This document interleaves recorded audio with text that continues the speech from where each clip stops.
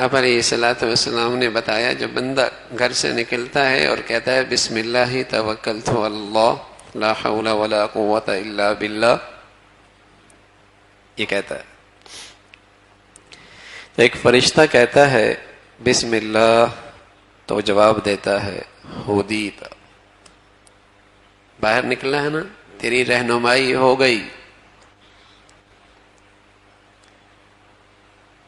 پھر کہتا ہے لا توکلت علی اللہ، پھر فرشتہ کہتا ہے کفیتا، تیری ذمہ داری لے لی گئی۔ پھر کہتا ہے توکلت علی اللہ، پھر جواب ملتا ہے وقیتا، تیری حفاظت کر دی گئی۔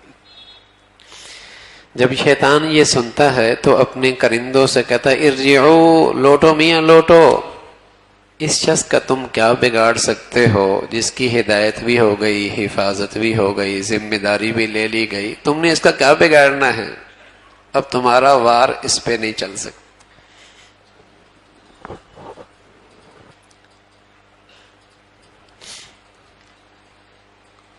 سفر میں ایک صحابی تھے رضی اللہ تعالیٰ عنہ، خبر ملی آپ کے گھر میں آگ بھڑک رہی ہے، جل چکا ہے۔ اس نے کہا میرا گھر تو نہیں جل سکتا، کہ ہم آنکھوں سے دیکھ کے آئے ہیں تمہارے گھر پہ آگ بھڑک رہی ہے۔ اس نے کہا میرا گھر تو نہیں جل سکتا۔ اسے پھر بتلایا گیا، کہنے لگا میرا گھر تو نہیں جل سکتا۔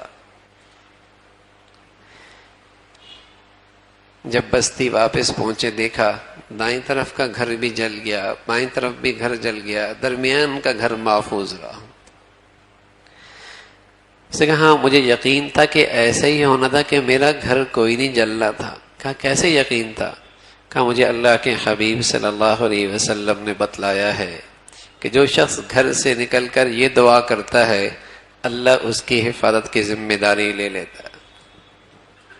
مجھے یقین تھا کہ میرا گھر کوئی نہیں جلنا۔